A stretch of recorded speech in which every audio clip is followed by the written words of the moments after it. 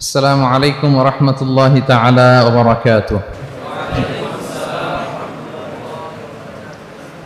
نحمده ونصلي على رسوله الكريم. أما بعد فأعوذ بالله من الشيطان الرجيم. بسم الله الرحمن الرحيم. قد أفلح المؤمنون الذين هم في صلاتهم خاشعون. صدق الله العظيم. رب اشرح لي صدري ويسر لي أمري واحلل عقدة من لساني يفقهوا قولي. সম্মানিত সুধী, সূরাতুল মুমিনুনের প্রথম 10টি আয়াতের বিশেষ ফজিলত রয়েছে, তাৎপর্য রয়েছে। এই 10টি আয়াতের সংক্ষিপ্ত তাফসীর আমি আপনাদের সামনে পেশ করব ইনশাআল্লাহ বিইذنিল্লাহ। তো সূরাতুল মুমিনুন, আল্লাহ দেখেন মুমিনদের নামে সূরা দিয়েছেন সূরাতুল মুমিনুন, আবার কাফিরদের নামেও একটা সূরা ডেডিকেট করেছেন। সূরাটার নাম কি বলেন তো? সূরাতুল কাফিরুন। আবার মুমিনুন না কাফিরুন না, মাঝামাঝি আল মুনাফিকুন, তাদের নামে আল্লাহ একটা সূরা দিয়েছেন, সূরাতুল মুনাফিকুন। তো এই সূরাটা আমাদেরকে উৎসর্গ করা, আমাদের জন্য ডেডিকেট করা, মুমিনুন নামে এই সূরাটা। এই সূরাটা নাজিলের একটা প্রেক্ষাপট আছে, যেটাকে আরবিতে শানে নুজুল বলে। ওটা বলেই আমি মূল ব্যাখ্যা বা আলোচনার দিকে চলে যাচ্ছি। সম্মানিত সুধী, রাসূলুল্লাহ সাল্লাল্লাহু আলাইহি ওয়াসাল্লামের কাছে আল্লাহ তাআলা যে কোরআন নাজিল করেছেন, এই কোরআন যেটা লেটেস্ট ভার্সন অফ রেভিলেশনের সর্বশেষ ভার্সন, এটা আল্লাহ তাআলা বিষ্ণু ঈসা ইসলামের কাছে নানাভাবে নাজিল করতেন। কোরআন নাজিল হওয়ার অনেকগুলো পদ্ধতি ছিল, সবসময় একইভাবে কোরআন আসতো না। কখনো কখনো কোরআন আসতো মিসলা সলসালাতিল জারাস, আমরা ঘন্টা যখন বাজাই যে বিকট শব্দ হয়, এরকম বিকট আওয়াজে মাঝে মাঝে কোরআন নাজিল হতো। আপনাদের মনে থাকবার কথা, বাংলাদেশে আমরা যখন প্রাইমারি স্কুলে পড়তাম বা হাই স্কুলে পড়তাম, ঘন্টা শেষ হলে, একটা ক্লাস শেষ হলে দফতরি কি করতো বলেন তো? হ্যাঁ, দিত না? মনে পড়ে? পিকচারাইজেশন হচ্ছে? আচ্ছা, প্রচন্ড আওয়াজে ওই বেলের মধ্যে বাড়ি দিত। তখন আমরা বুঝতাম কি একটা ঘন্টা হয়েছে। এক ক্লাস শেষে একটা দিত, দুই ক্লাস শেষে দুইটা, ক্লাস যখন সব শেষ তখন অনেকগুলো দিত, বুঝতাম যে ছুটি আমাদের। এরকম রিঙ্গিং বেল যদি বাজানো হয়, ঘন্টা বাজানো হয়, এটার যেরকম বিকট শব্দ, এরকম বিকট আওয়াজে মাঝে মাঝে কোরআন নাজিল হতো। রাসূল সাল্লাল্লাহু আলাইহি ওয়াসাল্লাম বলেন, এই প্রসেসে কোরআন রিসিভ করা আমার জন্য বড্ড কষ্টকর ছিল। আম্মা জান আয়েশা রাদিয়াল্লাহু তাআলা আনহা বলেন, প্রচন্ড শীতের রাতে আমরা কাঁপতাম শীতে, আর বিষ্ণু সাল্লাল্লাহু আলাইহি ওয়াসাল্লাম ঘামতেন। ওয়া ইন্না জাবিনাহু লা ইয়াতাফাসসাদু আরাকান, আমরা শীতে কাঁপতাম, কম্বল জড়িয়ে রাখতাম, আর বিষ্ণুনবীর কপাল বেয়ে ঘাম ঝরতো। সুবহানাল্লাহি বিহামদিহি। এভাবে তিনি কষ্ট করে কোরআন রিসিভ করেছেন। এটা একটা পদ্ধতি। আরেকটা পদ্ধতি হচ্ছে মিসলা দাবিয়া সাউতিন নাহাল, মৌমাছির ভন ভন শব্দের মতো কোরআন নাজিল হতো। যখন নাজিল হতো, রাসূল সাল্লাল্লাহু আলাইহি ওয়াসাল্লামের মুখের সামনে, চেহারার সামনে মৌমাছি ভন ভন করলে যেরকম সাউন্ড, এরকম একটা সাউন্ড হতো। এটা সাহাবারা কাছাকাছি যারা থাকতেন ওনারা উইটনেস করেছেন অনেকবার। আজকের এই আলোচনাটা এটার সাথে প্রাসঙ্গিক, আমি বলবো আপনাদেরকে। দুইটা পদ্ধতি গেল। আরেকটা পদ্ধতি হচ্ছে মিন ওয়ারাই হিজাব, পর্দার অন্তরাল থেকে সরাসরি আল্লাহ কথা বলতেন, রাসূল সাল্লাল্লাহু আলাইহি ওয়াসাল্লাম শুনতো। এটা কেবল একবারই হয়েছে, মেরাজের রাতে। তারপর মাঝে মাঝে ইউলকা ফি কুলুবি রাসূলিল্লাহ, আল্লাহ রাসূল সাল্লাল্লাহু আলাইহি ওয়াসাল্লামের অন্তঃকরণে আল্লাহ তাআলা ঢেলে দিতেন ওয়াহী। আচ্ছা, আবার কখনো কখনো জিবরাইল আলাইহিস সালাম ওনার মূল আকৃতিতে ওহী নিয়ে আসতেন। ওনার যে বিসূরাতিহিল আসলিয়া, জিবরাইল আলাইহিস সালামের যে মূল সূরাত, এই সূরাতে আসতেন। এই সূরাতে রাসূল সাল্লাল্লাহু আলাইহি ওয়াসাল্লাম জিবরাইল আলাইহিস সালামকে জীবনে দুইবার দেখেছিলেন। একবার ওই যে হেরা গুহার ওখানে দেখেছিলেন, আর একবার সেই সিদরাতুল মুনতাহা মেরাজের রাতে দেখেছিলেন। 600 পাখা মেলে বিশাল আকৃতি নিয়ে পুরো দিগন্ত বিস্তৃত করে জিবরাইল আলাইহিস সালাম নেমে আসতেন। দুইবার এভাবে রাসূল সাল্লাল্লাহু আলাইহি ওয়াসাল্লাম দেখেছিলেন। এভাবে কোরআন নাজিল হতো। আবার কখনো কখনো রাসূল সাল্লাল্লাহু আলাইহি ওয়াসাল্লাম এই যে হিউম্যান শেপে, মানুষের আকৃতিতে আসতেন, দেখতে মানুষের মতো লাগতো। মানুষের আকৃতিতে জিবরাইল আলাইহিস সালাম এসে কোরআন পৌঁছে দিয়ে যেতেন। বিষ্ণু সাল্লাল্লাহু আলাইহি ওয়াসাল্লাম বলতেন, এই প্রসেসে ওহী রিসিভ করা আমার জন্য সবচেয়ে সহজ ছিল। এটা তো খুব স্বাভাবিক, ন্যাচারাল, যে একজন মানুষ এসে আমার সাথে কথা বললে, মানুষের সাথে কথা বলবে, এটা তো খুব ফ্লেক্সিবল হবে, কমফোর্টেবল হবে। বাকি পদ্ধতিগুলো রাসূল সাল্লাল্লাহু আলাইহি ওয়াসাল্লামের জন্য কঠিন ছিল। এবং এই সূরাতে যখন জিবরাইল আলাইহিস সালাম আসতেন, তখন দিহিয়াতুল কালবি আল আনসারী নামে এক সাহাবীর সূরাতে আসতেন। ওনার তওবাটা আল্লাহর কাছে খুব পছন্দ হয়েছিল। জাহিলি যুগে অনেক কন্যা সন্তানকে তিনি জীবিত প্রচিত করেছিলেন। পরে একবার এমন রিপেন্টেন্ট হলেন, অনুতপ্ত হলেন, অনুশোচনায় পড়ে আল্লাহর কাছে এমন কান্না করলেন। আর অনুশোচনার চোখের পানি আল্লাহ বড্ড পছন্দ করেন। অনুতপ্ত বান্দা যখন অনুতপ্ত হয়ে কাঁদে, তার চোখের পানি তার চোখ বেয়ে, নাক বেয়ে জমিনে ড্রপ করার আগে আল্লাহ বান্দাকে মাফ করে দেয়।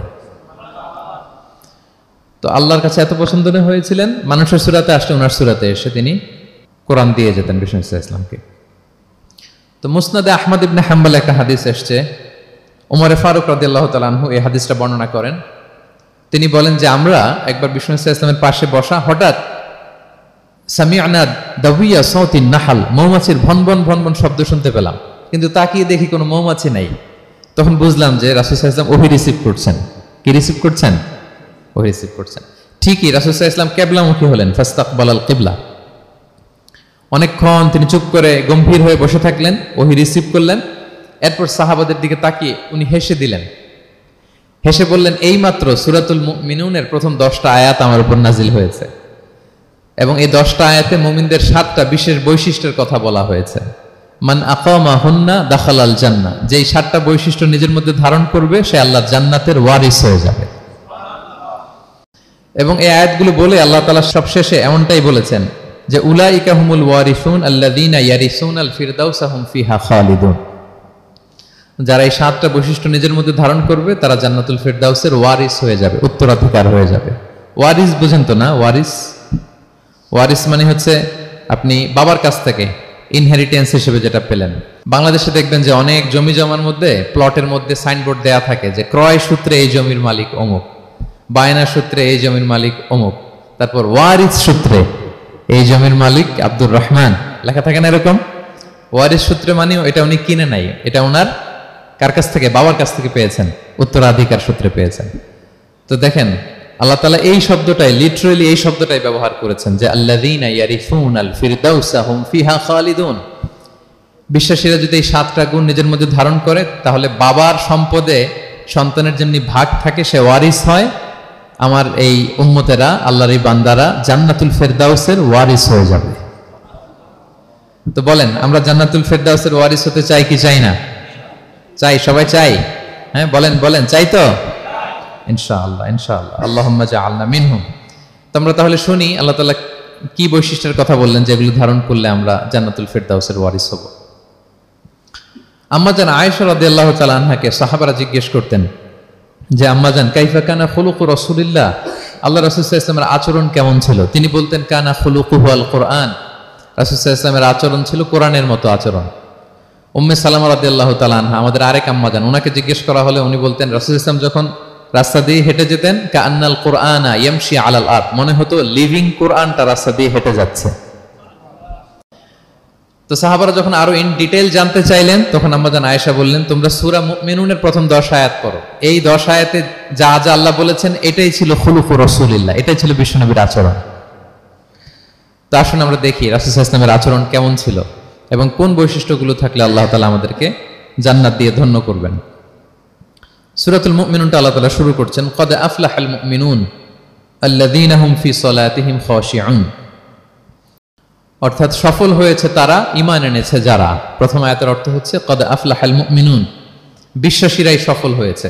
আল্লাহ তাআলা সফলতার মানদণ্ড এখানে ফিক্স করেছেন, ক্রাইটেরিয়া ফিক্স করেছেন ঈমান, বিশ্বাস, যেটা সবচাইতে দামি। সবচাইতে দামি কি? ঈমান, সবার উপরে ঈমান। এজন্য যারা ঈমান এনেছে আল্লাহর উপর, যারা বিশ্বাস স্থাপন করেছে তারাই সফল হয়েছে। তো এই বিশ্বাসীদের কিছু গুণাবলী থাকতে হবে, কিছু ফিচার থাকতে হবে, তবেই তারা জান্নাতের ওয়ারিস হবে। সেগুলো কি আল্লাহ শুরু করছেন। আল্লাহ বললেন প্রথম বৈশিষ্ট্য হচ্ছে আল্লাযীনা হুম ফি সালাতিহিম খাশিউন। 7টা বৈশিষ্ট্যের প্রথমটা বলতেছি, যারা সফল হয়েছে বিশ্বাসীরা, ওই বিশ্বাসীরা যারা তাদের সালাতে বিনয়াবনত থাকে, বিনম্র থাকে। সালাত যখন আদায় করে তারা খুশু খুদুর সাথে সালাত আদায় করে, এটা হচ্ছে প্রথম বৈশিষ্ট্য, বিনয়ের সাথে। খুশু খুদু মানে হচ্ছে অন্তরের একাগ্রতা এবং অঙ্গ প্রত্যঙ্গের একাগ্রতা। খুব সহজে আপনার অন্তরটাও থাকবে, এখানে আল্লাহর ভয় থাকবে, একাগ্র চিত্তে আপনি আল্লাহকে স্মরণ করবেন, আবার অঙ্গ প্রত্যঙ্গগুলো ঠিক থাকবে, এগুলো নড়াচড়া করবে না। আমরা অনেকে সালাতে দাঁড়ালে খুব বেশি নড়াচড়া করি, সালাতে কিন্তু খুব বেশি মুভমেন্ট করা যায় না, এটা নিষেধ। খুব জরুরি প্রয়োজন ছাড়া মুভমেন্ট করা নিষেধ। আল্লাহ বলেন আল্লাযীনা হুম ফি সালাতিহিম খাশিউন, প্রথম বৈশিষ্ট্য হচ্ছে যারা তাদের সালাতে বিনয়াবনত থাকবে, একাগ্র চিত্তে সালাত আদায় করবে। এতটা একাগ্র চিত্তে তারা অন্তরের মধ্যে এই উপলব্ধি ধারণ করবে যে আমি যে ইবাদত করছি এটা আল্লাহ দেখছেন, Allah is watching me, Allah is observing me, Allah তাআলা সরাসরি দেখছেন। এবং রাসূল সাল্লাল্লাহু আলাইহি ওয়াসাল্লাম এটাই বলেছেন যে আনতা আবুদাল্লাহা কাআন্নাকা তারাহু ফাইন লাম তাকুন তারাহু ফাইন্নাহু ইয়ারাক। এমন ভাবে ইবাদত করো মনে করো যে তুমি আল্লাহকে দেখছো। আর এটা যদি ভাবতে, এই উপলব্ধি আনতে যদি কষ্ট হয়, তাহলে অন্তত এতটুকু তো ভাবো যে আল্লাহ তোমায় দেখছেন, আল্লাহ আমাকে দেখছেন। এই ভাবনাটা অন্তরে আনা যায় না? চাইলেই আনা যায়। আমরা যেন এই উপলব্ধিটা নিজেদের মধ্যে, রিয়েলাইজেশনটা বিল্ড আপ করার চেষ্টা করি যে আমি যে মুসল্লায় দাঁড়ালাম, এই যে আমি কিয়ামুল লাইল করতেছি, এই যে তারাবিতে আমি 20 রাকাত পড়তেছি লম্বা সময় ধরে, আল্লাহ কিন্তু দেখছেন। আমার সিজদা, আমার রুকু, এগুলো আল্লাহ তাআলা সরাসরি কি করছেন? দেখছেন। এই ফিল নিয়ে যদি আপনি সালাতে দাঁড়ান, এটা হচ্ছে খুশু খুদু। সাহাবারা এতটা বিনয়বনত ভাবে একাগ্র চিত্তে নিমগ্ন হয়ে সালাতে প্রবেশ করতেন, মরুভূমির মাঝখানে ওনারা সালাত পড়ার সময় মাঝে মাঝে মরুভূমির পাখি এসে ওনাদের কাঁধে বসে যেত, মাথায় বসে যেত। পাখিগুলো মনে করতো এগুলো হয়তো খেজুর গাছ টাছ কিছু একটা হবে। কি হবে? খেজুর গাছ হয়তো হবে। আবার যখন রুকুতে যেতেন, পাখি উড়াল দিত। তার মানে কি, খুব বিনয়বনত ভাবে, বিনম্র চিত্তে ওনারা সালাত অফার করতেন। তাহলে এটা হচ্ছে প্রথম বৈশিষ্ট্য। প্রিয় ভাইরা, আমরা যেন সালাতে অত্যন্ত বিনয়ের সাথে, একাগ্র চিত্তে, with full of solemnity and submission, একটা সাবমিসিভ ভাব যেন আপনার থাকে, যে আপনি নিজেকে সর্বোচ্চ উজাড় করে নিজেকে আল্লাহর কাছে পেশ করছেন।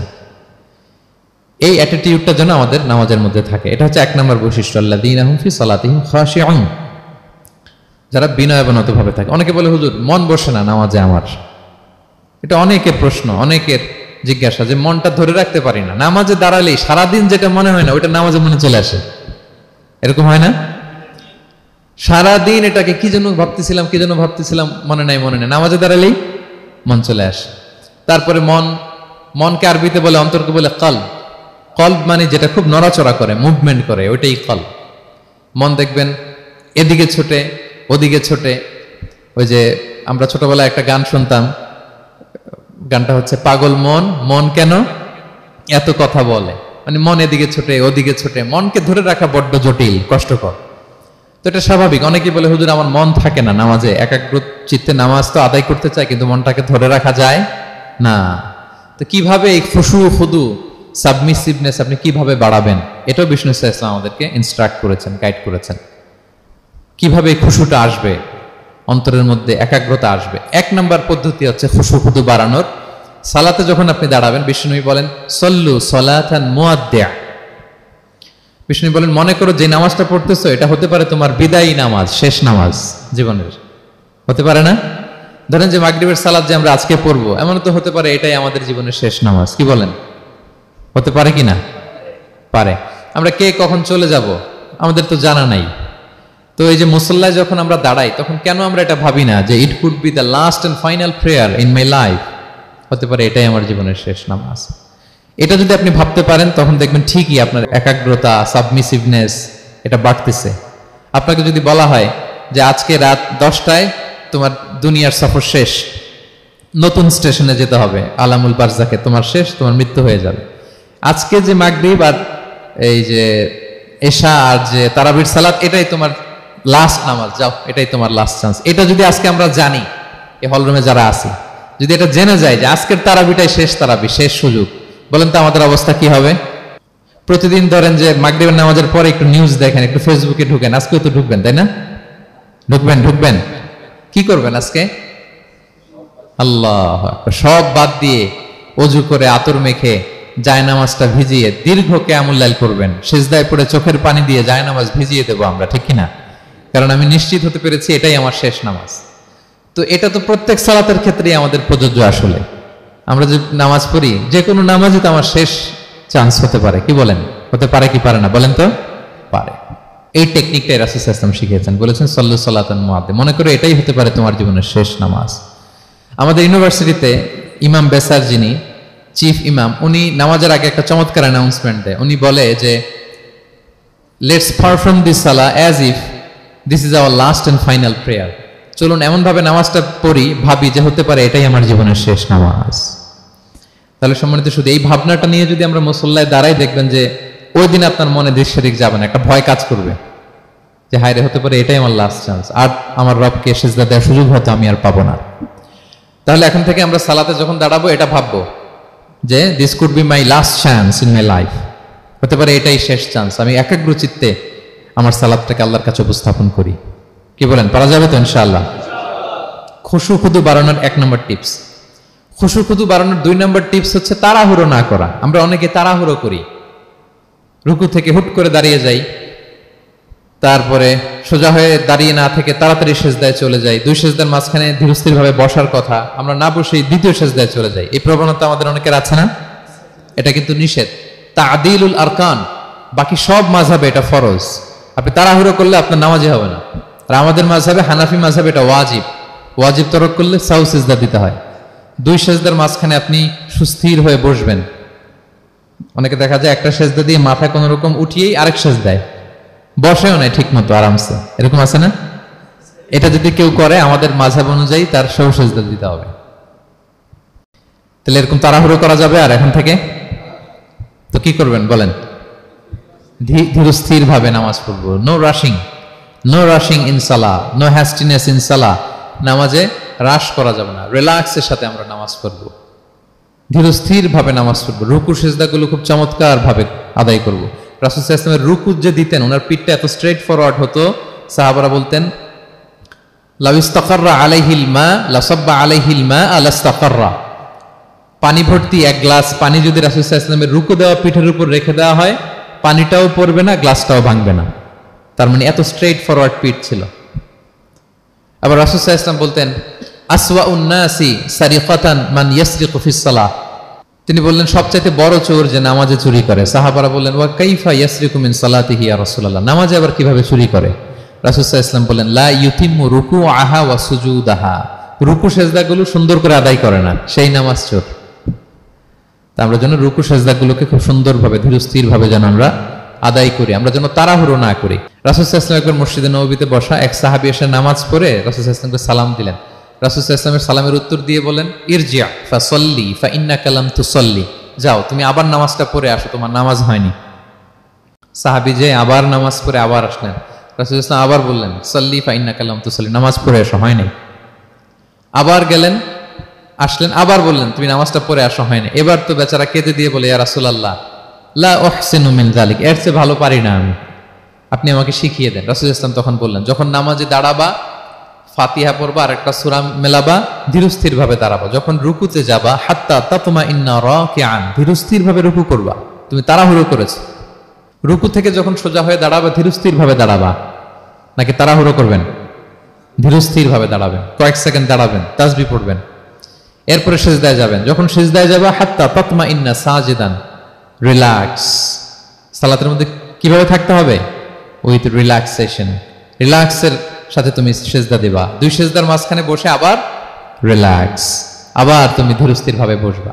এইভাবে পুরো সালাতটা প্রত্যেকটা রাকাত তুমি এভাবে আদায় করবে। তার মানে সালাতে তাড়াহুড়ো করতে বিষ্ণু ইসলাম নিষেধ করেছেন। এমনকি অনেক সময় আমরা রুকু পাবো না বলে দৌড়ে যে সালাতে অংশগ্রহণ করি, এটাও নিষেধ করেছেন। আমরা অনেক সময় এরকম করি না? মাগরিবের নামাজের ওযু করতেছি, ইমাম সাহেব ওয়াদ-দুহা ওয়াল-লাইলি ইযা সাজা, এই সূরাটা তো মুখস্থ, তো টের পাচ্ছি যে আমি এখন মুখ ধুইতেছি আর সূরা দোহা তো শেষ হয়ে যাবে, কোন রকম ওযু করে দৌড়ে যে অংশগ্রহণ করে যাতে রাকাতটা পায়, এটা নিষেধ করেছেন বিষ্ণু ইসলাম। এটা করবেন না। আপনি ধীরস্থির ভাবে ওযু করবেন, ধীরস্থির ভাবে যাবেন, তাড়াহুড়ো করবেন না। আপনি কার সামনে যাচ্ছেন? মালিকুল আমলাক, রাজা ধীরাজ, আরশের অধিপতি। আপনি তাড়াহুড়ো করে গেলে তো আপনি হাঁপাতে হাঁপাতে অস্থির হয়ে যাবেন, ব্রেথ ইন ব্রেথ আউট করতে করতে। ধীরস্থির ভাবে যাবেন, অংশগ্রহণ করবেন। রাসূল সাল্লাল্লাহু আলাইহি ওয়াসাল্লাম বলেন ইদা উকিমাতিস সালাতু ফালা তা'তুহা তাসআউন, নামাজ শুরু হয়ে গেলে দৌড়ে দৌড়ে যে অংশগ্রহণ করবে না। আলাইকুম বিসাকিনা, ধীরস্থির ভাবে যে অংশগ্রহণ করবে। ফামা আদরাকতুম ফাসাল্লু, ধীরস্থির ভাবে যে যতটুকু পাও অতটুকুই পড়ো। ওমা ফাতাকুম ফাআতিমু, যেটা ছুটে যায় নিজে পরে দাঁড়িয়ে আদায় করে নাও। সুবহানাল্লাহ বিহামদি, কত সহজ করে দিয়েছেন। তাহলে সালাতে তাড়াহুড়ো করা যাবে? প্রিয় ভাইরা বলেন তো, তাড়াহুড়ো করা যাবে? আর আজকে থেকে না, আমরা তাড়াহুড়ো করবো না, আমরা ধীরস্থির ভাবে যে সালাতে অংশগ্রহণ করবো, তাহলে আপনার খুশু খুদু বাড়বে। 2টা টিপস গেল। 3 নাম্বার হচ্ছে জামাতে সালাত আদায় করতে হবে, তাহলে আপনার একাগ্রতা বাড়বে। সলাতুল জামাআতি তাফদুলু সলাতাল ফাযি বি27 দারাজা, একাকী নামাজ পড়লে যে সওয়াব, জামাতে পড়লে 27 গুণ বেশি সওয়াব। জামাতে পড়বেন। রাসূল সাল্লাল্লাহু আলাইহি ওয়াসাল্লাম সবসময় জামাতে সালাত পড়তেন। ইন্তেকালের আগেও এই সালাতের ব্যাপারে তিনি আমাদেরকে ওসিয়ত করেছেন, বলেছেন আসসালাতু আসসালাত ওয়া মা মালাকাত আইমানুকুম। ইন্তেকালের আগ মুহূর্ত এখনই রুহু কবজ হবে, এর আগে উনি কি বলেছেন? সালাত, উম্মতেরা সালাত, নামাজ, নামাজ যেন নষ্ট না হয়। উমরে ফারুক রাদিয়াল্লাহু তাআলা আনহুর সময়ে একজন অগ্নি উপাসক ছিল, তার নাম আবু লুলু আল মাজুসি। উনি মুগীরা ইবনে শুবা রাদিয়াল্লাহু তাআলা আনহু নামে এক সাহাবীর দাস ছিলেন, মুকাতাব দাস। কন্ট্রাক্ট ছিল যে এত টাকা দিলে তাকে আজাদ করা হবে। তো এই অগ্নি উপাসক মাজুসি এসে ওমরে ফারুককে বলে, খলিফাতুল মুসলিমিন, আমার মালিক সাহাবী মুগীরা আমার কাছে প্রতিদিন অনেক টাকা চার্জ করে। উনি বললেন, তাই নাকি? কত চার্জ করে? বলে যে এত চার্জ করে। তো বলতেছে, আচ্ছা তুমি তাহলে কি কাজ করো, কি কাজ জানো? বলে যে আমি খঞ্জর বানাতে জানি, ছুরি, ছোট ছুরি আর কি। বলতেছে, ওরে আল্লাহ, যারা খঞ্জর বানাতে জানে তারা তো অনেক টাকা মেক করে, সেই হিসাবে তো মুগীরা বেশি চার্জ করে না, অল্পই চার্জ করছে। সে ইনসাফপূর্ণ চার্জই করেছে। কিন্তু এই আবু লুলু আল মাজুসির এই কথাটা পছন্দ হয় না, সে রাগান্বিত হয়ে গেল, হয়ে বলে, ওমর, সবার ক্ষেত্রে তুমি নরম আর আমাকে তুমি কঠিন নিয়ম শেখাও না, দাঁড়াও তোমাকে আমি দেখাচ্ছি। মনে মনে বলতেছে এটা। রেগে মেগে সে বাড়িতে এসে আজকে একটা খঞ্জর বানাইছে, দুই মুখ খঞ্জর, ওয়া মাকবাদাতুহু ফি ওয়াসাতি, এটার হ্যান্ডেলটা মিডলে, এদিকেও মাথা ওদিকেও মাথা, এটার ধার করে প্রতিদিন 20 মাখায় এটাতে। আর মনে মনে বলে, ওমর দাঁড়াও তোমাকে আজকে আমি দেখাবো। তো ওমরে ফারুককে আল্লাহ তাআলা স্বপ্নে দেখিয়েছেন যে একটা লাল মোরগ ওনাকে 3টা ঠোকর মেরেছে। উনি সাহাবাদের কাছে বলেছেন যে আমি স্বপ্নে দেখেছি একটা লাল মোরগ আমাকে 3টা ঠোকর মেরেছে। তো সে খঞ্জরকে ধার দিয়ে একদিন ফজরের নামাজে, ওয়াকানু ইউসাল্লুনা বিগালাস, ওনারা খুব অন্ধকার থাকতে ফজরের নামাজ পড়তো। সে বুরনুস, এক ধরনের জুব্বা যেটার মাথা আছে, ওটা পরে হুডির মতো আর কি, হুডি চেনেন তো না, হুডির মতো একটা জুব্বা পরে সে অন্ধকারে, সে তো আসলে অমুসলিম, সাহাবাদের সাথে পিছনে দাঁড়াইছে নামাজের ভান করার জন্য, আর এই খঞ্জরটা নিয়ে গেছে সাথে। উমরে ফারুক ফজরের সালাত শুরু করলেন, প্রথম রাকাত শেষ করলেন, দ্বিতীয় রাকাতের জন্য যখন দাঁড়াইছেন তখনই সে প্ল্যান মাফিক খঞ্জর বের করে ওমরে ফারুকের পেটের মধ্যে 3 বার স্টেবিং করলেন, আঘাত করলেন। করার সাথে সাথে ওমরে ফারুক উল্টে পড়ে গেলেন আর বললেন, কাতালানি আল কালব, কোন এক কুকুর আমাকে আঘাত করেছে। তো সাহাবার ওমরে ফারুককে ধরলেন, আর এই অগ্নি উপাসক এই খঞ্জর নিয়ে কাতারের মাঝখান দিয়ে 2 দিকে খঞ্জর চালাতে চালাতে যাচ্ছিলেন। যে সাহাবাই ধরে সেই আঘাতপ্রাপ্ত হয়ে ওখানে 7 থেকে 10 জন স্পট ডেথ, জায়গায় মারা গেছে।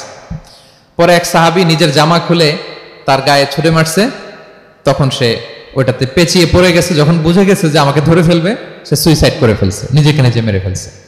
তো ওমরে ফারুক তো বেহুশ, ওনাকে নিয়ে যাওয়া হলো, পিছন থেকে একজন নামাজের ইমামতি করলেন। তো ওমরে ফারুক রাদিয়াল্লাহু তাআলা আনহু হুশ ফিরে পেলেন। হুশ ফিরে পাওয়ার পরে দিনের বেলা যখন হুশ আসলো ওনার, সবাই চারদিকে বসা, যে হায় হায় আমাদের আমিরুল মুমিনিনের কি জানি কি হয়। হুশ ফিরার পরে ওনার মুখের প্রথম কথাটা ছিল আসাল্লান নাস, মানে আমার নেতৃত্বে যে ফজরের সালাতটা শুরু হয়েছিল এটা কি ঠিকঠাক শেষ হয়েছিল? সুবহানাল্লাহ পড়বেন না? আচ্ছা বলেন তো, এই মুহূর্তে আমরা কি করতাম? ওনাকে যে স্টেবিং করছে, চিকিৎসক এসে দুধ দেয়, দুধ পেট দিয়ে বেরিয়ে যায়, নাবিজ দেয়, নাবিজ বের হয়ে যায়, মানে উনি ইন্তেকাল করবেন, এটা বোঝাই যাচ্ছে। এমন কঠিন পরিস্থিতিতে আমরা যদি হসপিটালে হুশ ফিরে পেতাম, আমরা কি বলতাম বলেন দেখি? কে কি বলতেন? কে মারছে, আমারে বাঁচানো যায় কিনা, মাউন্ট এলিজাবেথে নিয়ে চলো, সিঙ্গাপুরে অথবা বামরুন গ্রেডে নিয়ে চলো, আমেরিকাতে নিয়ে চলো, অথবা আমার তো ওখানে ব্যাংক ব্যালেন্স আছে, আমি তো মরে যাবো, আমার ছেলেগুলার কি হবে, হ্যাঁ আমার মেয়েগুলার কে দেখবে, এগুলো ছিল আমাদের কনসার্ন। তো ওমর ফারুক জানতেছেন যে উনি পৃথিবী থেকে বিদায় নিচ্ছেন, একটু হুশ ফিরে পাইছেন। হুশ ফিরে পাওয়ার পরে প্রথম কথাটা ছিল আসাল্লান নাস, লোকেরা কি নামাজ পড়েছিল? আল্লাহু আকবার। তাহলে এটা কত গুরুত্বপূর্ণ ইবাদত, কিভাবে এই সালাতকে সাহাবারা অফার করতেন। তো খুশু খুদুর সাথে যদি আমরা সালাত অফার করতে চাই, আমাদেরকে জামাতে পড়তে হবে। একাকি পড়লে দেখবেন মনে দিকে যায়, ওদিকে যায়, কয় রাকাত পড়ছি ভুলে যাই, এরকম হয় না? একাকি পড়তে গেলে এটা করা যাবে না, জামাতে পড়তে হবে। সালাতে কি কি বলতেছেন এগুলোর অর্থ বুঝে যদি সালাত অফার করেন, তাইলে আপনার সালাতে মনোযোগ থাকবে। সুবহান রাব্বিয়াল আলা, সুবহান রাব্বিয়াল আযীম, এর অর্থ কি? সূরা ফাতিহা যে প্রতিদিন পড়ি, কি সুন্দর প্রার্থনা সূচক বাক্য, এর অর্থ কি? আল্লাহ সকল প্রশংসা তোমার, আল্লাহ তুমি দয়াময় মেহেরবান, আল্লাহ তুমি বিচার দিবসের মালিক, যেদিন তোমার আরশের ছায়া ছাড়া কোনো ছায়া থাকবে না। নবীদের যে পথে চালিয়েছে ওই পথে আমাদেরকে চালাও, যারা ভ্রান্ত হয়েছে, যারা তোমার ক্রোধের শিকার হয়েছে ওই পথে আমাদেরকে চালিও না। কি চমৎকার চমৎকার কথামালা দিয়ে আমরা এই দোয়াগুলো পড়ি। আমরা অর্থ বুঝি না বলে আমাদের হৃদয়েও টাচ করে না, ঠিক কিনা? দেখবেন আরব শায়েকরা যখন কিয়ামুল লাইল করে, তারাবির সালাত পড়ায়, অনেক অনেক আয়াতে ওনার ডুকরে ডুকরে কেঁদে ওঠে আওয়াজ করে, কারণ কি? জাহান্নামের আয়াত, আযাবের আয়াত, পূর্ববর্তী উম্মত যে ধ্বংস হয়েছে, কিভাবে ওদেরকে বিকট আওয়াজ দিয়ে, গ্রাউন্ড সাউন্ড গ্রেনেড দিয়ে ধ্বংস করা হয়েছে, বন্যা দিয়ে ধ্বংস করা হয়েছে, কিভাবে এদেরকে বাতাস দিয়ে নাস্তানাবুদ করে দেওয়া হয়েছে, এগুলো যখন পড়ে ওনারা কাঁদে।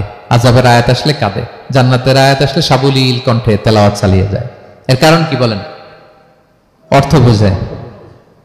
আমরা যেন সালাতে অর্থ বুঝে সালাত অফার করার চেষ্টা করি, পাশাপাশি সালাতের সুন্নাহগুলো যেন আমরা পড়ি। সালাতের যে সুন্নাহ আছে, সুনানুস সালাহ, এগুলো যেন আমরা পড়ি, মনোযোগ আরো বাড়বে।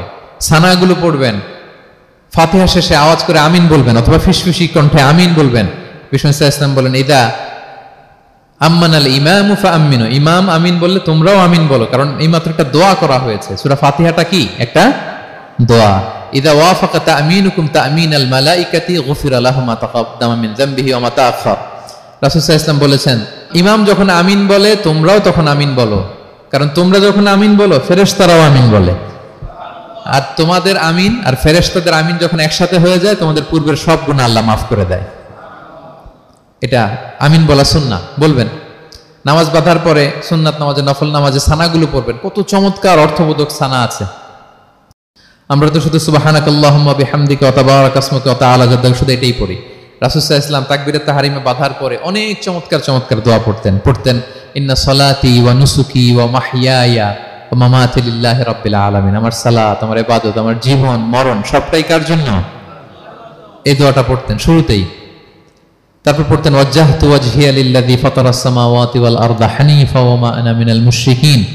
আমার সবকিছুকে আমি এক সত্তার দিকে ফেরালাম, একনিষ্ঠ হয়ে, আর আমি মুশরিক নই, আমি আল্লাহর দিকে একনিষ্ঠ হলাম। এই দোয়াগুলো পড়তেন। আল্লাহুম্মা বাঈদ বাইনি ওয়া বাইনা খাতায়ায়া কামা বাআদতা বাইনাল মাশরিকি ওয়াল মাগরিব। আল্লাহুম্মা নাক্কিনি মিন খাতায়ায়া কামা ইউনাক্কা আস-সাওবুল আবয়াদু মিনাদ দানাস।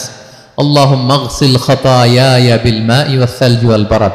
এগুলো সানা, এগুলো যে সানা আমরা জানিই না। সানা মানে হচ্ছে প্রশংসা সূচক কথা। আমরা শুধু সুবহানাকাল্লাহুম্মা বিহামদিকা এতটুকুই পড়ি। রাসূল ইসলাম বলতেন, আল্লাহ আমার আর আমার গুনার মাঝে এতটুকু দূরত্ব করে দাও, পূর্ব থেকে পশ্চিম যত দূর, আমার আর আমার গুনার বোঝার মাঝে এতটুকু দূরত্ব তুমি করে দাও। সাদা কাপড় যেমনি ধুয়ে ফকফকা করা হয়, আল্লাহ আমাকে তুমি গুনামুক্ত করে এরকম ফকফকা সাদা বানিয়ে দাও, শুভ্র বানিয়ে দাও। আল্লাহ আমাকে তুমি বরফ দিয়ে, ঠান্ডা পানি দিয়ে, তুষারপাত দিয়ে ধুয়ে আমার গুনাহগুলো তুমি পরিষ্কার করে আমাকে তুমি নিষ্পাপ করে দাও। এগুলো বলে এরপরে আলহামদুলিল্লাহ রাব্বিল আলামিন সূরা ফাতিহা শুরু করতেন। সালাম ফিরানোর আগে বিষ্ণু সাল্লাল্লাহু দোয়া মাসুর পড়তেন, কত চমৎকার মাসুর দোয়া আছে। আবার বিষ্ণু বলতেন, লা ইউসাল্লিমান্না আহাদুকুম হাত্তা ইয়াতাআওয়াযা আন আরবা মিন আযাবিল কবর, মিন আযাবি জাহান্নাম, মিন ফিতনাতিল মাহইয়া ওয়াল মামাত ওয়া মিন ফিতনাতিল মাসিহিদ দাজ্জাল। আমার কোন উম্মত যেন সালাম ফিরানোর আগে এই চারটা জিনিস থেকে পানাহ চাওয়া ছাড়া যেন সালাম না ফিরায়। একটা কি? আল্লাহ তুমি জাহান্নামের আযাব থেকে বাঁচাও, আল্লাহ তুমি কবরের আযাব থেকে বাঁচাও, আল্লাহ জীবন মরণের ফিতনা থেকে বাঁচাও, আল্লাহ তুমি দাজ্জালের ফিতনা থেকে বাঁচাও। পড়ে না আমিন? তো এত এঙ্গেজমেন্ট যদি আপনার নামাজে থাকে, আপনার মন এদিক সেদিক যাবে? হ্যাঁ, আপনি অর্থ খেয়াল করতেছেন, আযাবের আয়াত আসলে আপনি অশ্রুসিক্ত হচ্ছেন, আপনি দোয়া মাসুর পড়ছেন, আপনি সানা পড়ছেন, আপনি দীর্ঘ সময় কিয়ামুল লাইল করতেছেন, আপনার মনে এদিক সেদিক ছুটবে? বলেন তো ছুটবে না। এই টিপস গুলো বিষ্ণু সাল্লাল্লাহু আলাইহি ওয়াসাল্লাম শিখিয়েছেন। এগুলো যদি আমরা পালন করি, তাহলে আল্লাযীনা হুম ফি সালাতিহিম খাশিউন, বিনম্র চিত্তে সালাত আদায়কারী হিসেবে আমরা আল্লাহর কাছে পরিগণিত হব। তাহলে প্রথম নাম্বার শর্তটা বুঝতে পারছেন কিভাবে সালাত আদায় করতে হবে? হ্যাঁ বলেন তো একজন, কি করতে হবে? কিভাবে সালাত? খুশুর সাথে, বিনয়বনত চিত্তে, সাবমিসিভ ভাবে, নাকি তাড়াহুড়ো করবেন? কিভাবে পড়বেন নামাজ? ধীরে সুস্থে, উইথ রিল্যাক্স। 2 নম্বর আল্লাহ বলেন ওয়াল্লাযীনা হুম আনিল লাগবি মুরিদুন। 1 নম্বরে তো তারা নামাজে যখন দাঁড়ায় ধীর স্থির ভাবে খুশুর সাথে পড়ে। 2 নম্বর হচ্ছে তারা অনর্থক কাজ থেকে বিরত থাকে। অনর্থক কথা, কাজ এগুলো মুমিনরা বলে না, এগুলো তো জড়ায় না। মিনিংলেস কোনো কাজের সাথে বিশ্বাসীদের কোনো সম্পর্ক, অর্থবোধক কাজ, ভালো কাজ, কল্যাণমূলক কাজ, সামাজিক কাজ, মানবতার কল্যাণে যে কাজগুলো আছে এগুলোর সাথে তারা জড়ায়। বিষ্ণু ইসলাম বলেছেন, মিন হুসনি ইসলামিল মারই তারকুহু মা লা ইয়ানি। ব্যক্তির ইসলামের সৌন্দর্য হচ্ছে যে ব্যক্তি এমন কোনো কাজ করবে না যেটার কোনো মিনিং নাই, মিনিংলেস কাজ থেকে সে বেঁচে থাকবে। মুহাদ্দিসিনে ইকরাম এই হাদিসটাকে বলে রুবউদ্দিন। মানে দিন দিন ইসলামকে যদি 4 ভাগ করেন, এই 4 ভাগের 1 ভাগের কথা এই হাদিসের মধ্যে চলে আসছে। সেটা কি? যে বিশ্বাসীরা কোনো অনর্থক কাজে জড়ায় না নিজেদেরকে। অনর্থক কাজ, কথাবার্তা, অপ্রয়োজনীয় আড্ডা, অপ্রয়োজনীয় খুশগল্প, অন্যকে নিয়ে সমালোচনা, অন্যের গীবত, শেকায়াত, ওর এই সমস্যা, ওর এই সমস্যা, চায়ের আড্ডাতে আমরা এরকম সমালোচনার ঝড় তুলি, ঠিক কিনা বলেন? ঠিক কিনা? এটা করা যাবে না। আপনি জান্নাতেরও ওয়ারিস হবেন, আবার চা মুখে নিয়ে আপনি শেকায়াত করবেন, গীবত করবেন, দুইটা একসাথে যাবে না। তাহলে বিশ্বাসীরা কোনো অনর্থক কাজে জড়ায় না, মিনিংলেস কাজে জড়ায় না। তারা ভালো কাজে, কল্যাণের কাজে জড়ায়। মিনিংলেস কোনো কথাও বলে না, কারণ তারা জানে মা ইয়ালফিযু মিন কাউলিন ইল্লা লাদাইহি রাকীবুন আতীদ। আমরা যা বলি, মুখ নিঃসৃত যা বের হয়, এটাকে লিখে রাখার জন্য একদল ফেরেশতা আছে, রাকীব পর্যবেক্ষণকারী, আতীদ একেবারে প্রহরীর মতো আছে। বললেই টুকে নেয়,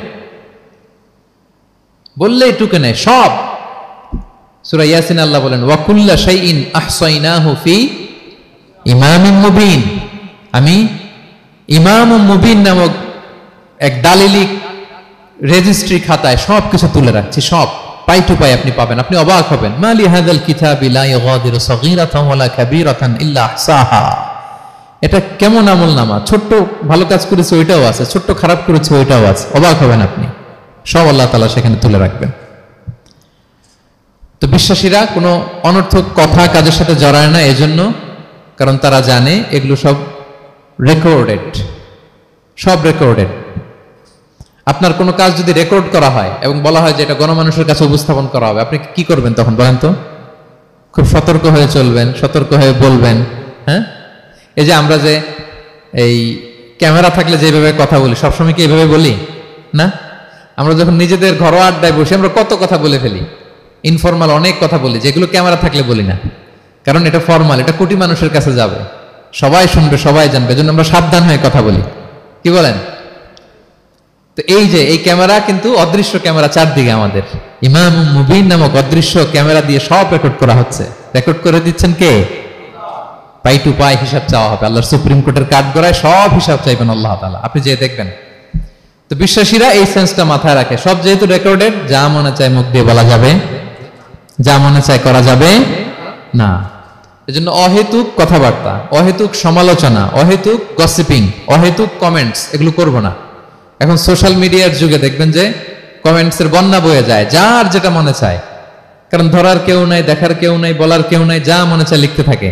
হ্যাঁ, বিশাল একজন বড় মাপের লোক, তার ওখানে যে লিখতেছে যা মনে চায়, গালি গালাজ, ওনাকে অ্যাডভাইস দেওয়া, নাসিহাত দেওয়া ইচ্ছে মতো। বিশ্বাসীরা এটা করে না, তারা অনর্থক কোনো কাজে জড়ায় না, এবং কেউ জড়াতে চাইলেও তাকে স্পেস দেয় না। একদল আছে দেখবেন যে আপনি আজে বাজে কাজে জড়ান না, এটা আবার অনেকের ভালো লাগে না, তো তারা এসে আপনাকে জড়াতে যাবে, তর্ক করবে, আপনার সাথে ডিবেট করবে, পায়ে পাড়া দিয়ে ঝগড়া করবে। এরকম আছে না নাই? আপনার কমেন্ট বক্সে এসে দেখবেন যে গালি দিবে, হ্যাঁ, ট্যাগিং করবে, পোক করবে, মানে আপনাকে অস্থির বানাতে চাইবে। আপনি কি করবেন? আপনিও আর একটা গালি দিয়ে দিবেন কমেন্টসে। আপনারও তো স্বাধীনতা আছে নাকি? আপনি দিবেন গালি, কি করবেন? সালাম দিবেন। কি দিবেন? ওয়া ইযা খাতাবাহুমুল জাহিলুনা ক্বালু সালামা। সূরা ফুরকানে আল্লাহ বলেছেন যে মূর্খরা যখন অনর্থক তর্ক করতে আসতে চায়, বিশ্বাসীরা তাদের সাথে ওই ফাঁদে তারা পা দেয় না। তারা কি করে? সালাম দিয়ে কেটে পড়ে। তাহলে পায়ে পাড়া দিয়ে যদি কেউ এখন থেকে ঝগড়া করতে চায় আমাদের সাথে, আমরা কি করব? সালাম দিয়ে ওখান থেকে কেটে পড়ব। তাহলে বিশ্বাসীদের 2 নম্বর বৈশিষ্ট্য, ওয়াল্লাযীনা হুম আনিল লাগবি মুরিদুন, বিশ্বাসীরা অনর্থক কাজে জড়ায় না। 3 নম্বর হচ্ছে ওয়াল্লাযীনা হুম লিযাকাতি ফাইলুন, বিশ্বাসীরা তাদেরকে যদি আল্লাহ তাআলা ধন সম্পদ দিয়ে সমৃদ্ধশালী করে, তারা যাকাত দেয়। কি দেয়? আপনারা যাকাত দেন তো নাকি? দেখে তো মনে হচ্ছে সবাই ব্যবসায়ী, হ্যাঁ, চেহারা দেখে মনে হচ্ছে মাশাআল্লাহ অনেক সম্পদের মালিক। যাকাত দিতে হবে। আমরা যে যাকাত দেই, এটা কি আমরা করুণা করি? বলেন তো না। যাকাত হচ্ছে গরিবের হক। ওয়াফি আমওয়ালিহিম হাক্কুন লিসাইলি ওয়াল মাহরুম, আল্লাহ বলে ধনীদের সম্পদে গরিবদের অধিকার আছে। তারপর যখন কারো অধিকার দিলেন, আপনি কি তার প্রতি করুণা করলেন?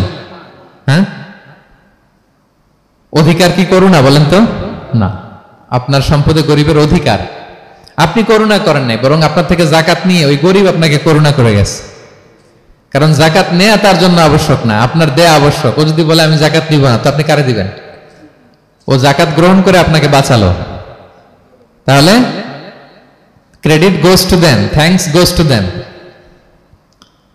ইসলাম চায় এই যে অর্থনৈতিক তারল্য, এটা সমাজে সবার কাছে থাক। এক পাশে গাছতলা, আরেক পাশে পাঁচতলা, এরকম বিভাজন ইসলাম চায় না।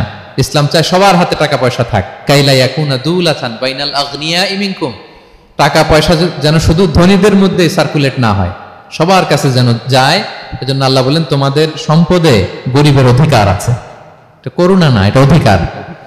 আর যদি এই ফরজ ইবাদত আপনি আদায় না করেন, আল্লাহ বলেন কঠিন শাস্তি তোমাদের জন্য অপেক্ষা করছে। আল্লাযীনা ইয়াকনিজুনা আয-যাহাবা ওয়াল ফিদ্দাতা ওয়া লা ইউনফিকুনহা ফি সাবিলিল্লাহ ফাবাশশিরহুম বিআযাবিন আলীম।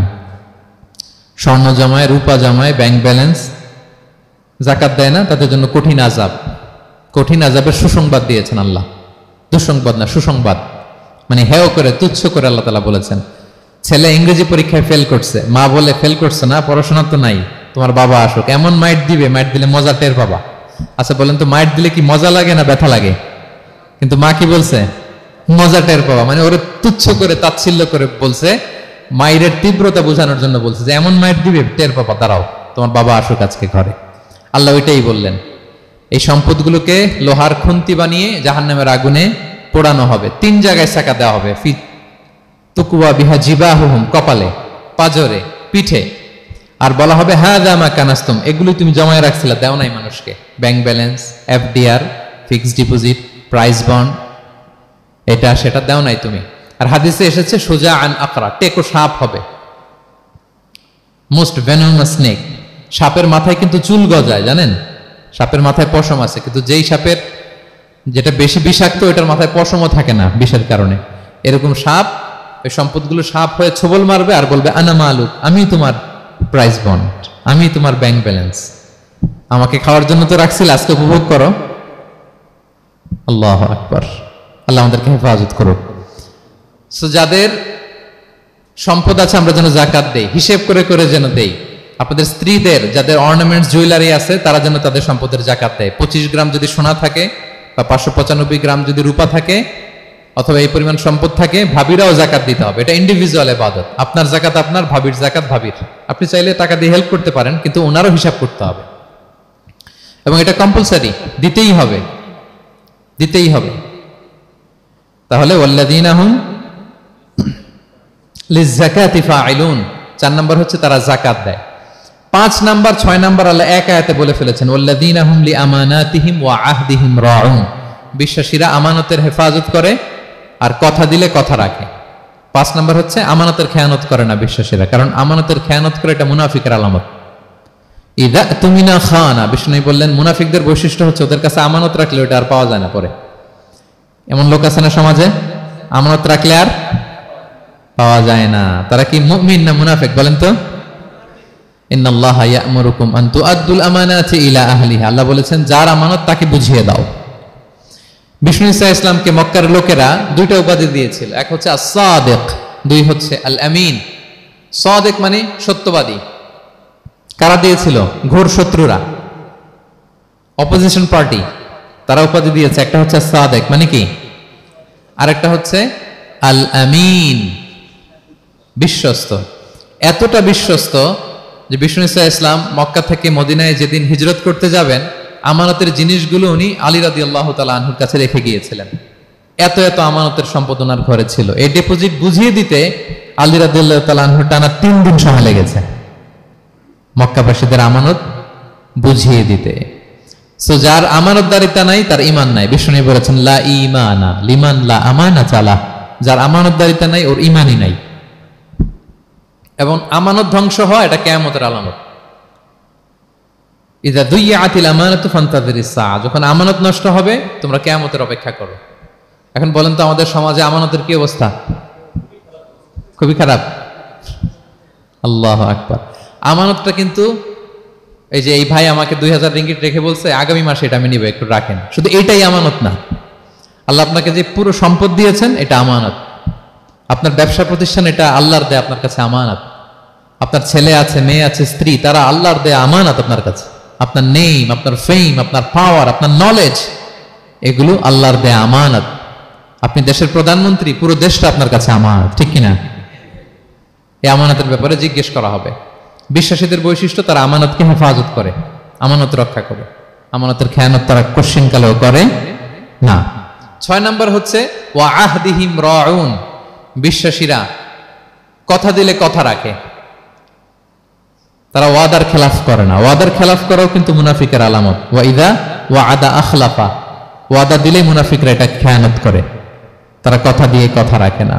এবং আপনি কাউকে কথা দিয়ে যদি না রাখেন, এরকম প্রত্যেকটা প্রমিস, কমিটমেন্টের ব্যাপারে আপনি জিজ্ঞাসিত হবেন।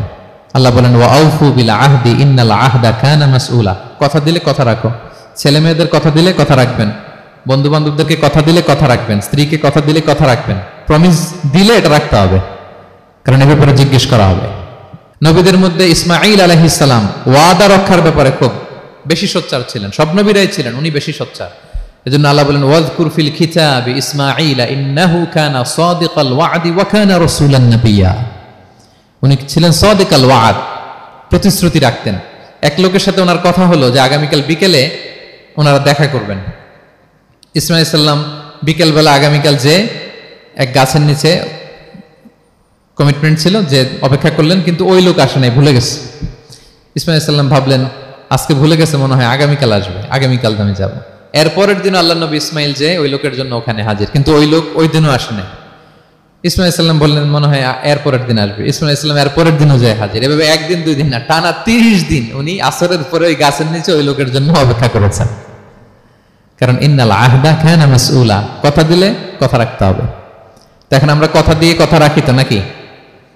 রাখেন রাখেন, সবাই বলেন এই চেষ্টা করতে হবে, রাইট? কথা দিলে আমরা যেন কথা রাখি। সব শেষে 7 নম্বর আল্লাহ বললেন ওয়াল্লাযীনা হুম আলা সালাওয়াতিহিম ইউহাফিজুন, বিশ্বাসীরা তাদের সালাত হেফাজত করে। একটু খেয়াল করে দেখেন, 7টা গুণের প্রথমটাও কি নিয়ে? সালাত নিয়ে, আবার শেষটাও। তার মানে কি বোঝা গেল? এটা বেশি গুরুত্বপূর্ণ না কম গুরুত্বপূর্ণ? সব নষ্ট হতে পারে, মুমিনের নামাজ নষ্ট হতে পারে, নামাজকে হেফাজত করতে হবে। হাফিজু আলা সালাওয়াত, আল্লাহ বললেন তোমাদের নামাজগুলোকে তোমরা হেফাজত করো। আগের যুগের উম্মতেরা সিনাগোগে না গেলে ইবাদত করতে পারতো না, চার্চে না গেলে ইবাদত করতে পারতো না, কিন্তু আমরা মসজিদেও নামাজ পড়তে পারি, বাইরেও পড়তে পারি। 5টা বিশেষ বৈশিষ্ট্য আল্লাহ তাআলা বিশ্বনবী সাল্লাল্লাহু আলাইহি ওয়াসাল্লামকে দিয়েছিলেন। এর মধ্যে একটা হচ্ছে জুইলাত লি আল আরদু কুল্লুহা মাসজিদান ওয়া তাহুরা, আল্লাহ আমার জন্য পুরো জমিনটারে মসজিদ বানাই দিয়েছে। পুরো জমিন, আপনি ফ্লাই করতেছেন, বিমানে পড়তে পারবেন, আপনি সাগরে আছেন, জাহাজে পড়তে পারবেন, আপনি বিকেলবেলা মাঠে আছেন, ওযু থাকলে আল্লাহু আকবার বলে দাঁড়ায় যাবেন, বন্ধুদেরকে নিয়ে যে কোনো জায়গায় নামাজ পড়া যায়, ঠিক কিনা? এই নামাজ নিয়ে কোনো এক্সকিউজ চলবে না। No excuse will be granted that day. দাঁড়িয়ে পড়তে পারেন না, বসে পড়তে হবে, বসে পারেন না তো শুয়ে পড়তে হবে, শুয়ে পারেন না তো ইশারায় পড়তে হবে, ওযুর জন্য পানি নাই তো তায়াম্মুম করে পড়তে হবে, ঠিক কিনা? হাফিজু আলাস সালাওয়াত, সালাতের ব্যাপারে সচেষ্ট হও, কারণ এটা প্রথম হিসেব চাইবেন আল্লাহ। আল্লাহ বলেন আউয়ালু মা ইউহাসাবু বিহিল আবদু ইয়াউমাল কিয়ামাতি আস-সালাহ, কিয়ামতের সর্বপ্রথম হিসেব হবে নামাজের। আওয়াজ করে বলেন কিসের? ফা ইন সালুহাত সালুহা সাইরু আমালি, নামাজের হিসেব যদি সহজ হয় সব সহজ, আর নামাজের হিসেব যদি গন্ডগোল হয় পুরো আমল নামায় গন্ডগোল লেগে যাবে। প্রিয় ভাইরা, তাই আমরা যেন সালাতের ব্যাপারে যত্নবান হই, আমরা যেন খুশু খুজুর সাথে সালাত পড়ি, আমরা যেন অনর্থক কথাবার্তা কাজ থেকে যেন বেঁচে থাকি। আল্লাহ যাদেরকে আমাদেরকে সম্পদ দান করেছেন, আমরা যেন ফরজ যাকাতটুকু আদায় করি, আমরা যেন আমানতের ব্যাপারে সাবধান হই, সচেতন হই, আমানতকে যেন রক্ষা করি, আমরা যেন কথা দিলে কথা রাখি, এবং যে কোনো মূল্যে আমরা যেন সালাতকে হেফাজত করি। আমাদের সব মিস হতে পারে, কাজকে আমরা বলবো যে নামাজ আছে, নামাজকে বলা যাবে না আমার কাজ আছে, ঠিক কিনা বলেন? আওয়াজ করে বলেন ঠিক কিনা? কাজকে কি বলবো আমরা, নাকি নামাজকে বলবেন আমার একটু কাজ আছে?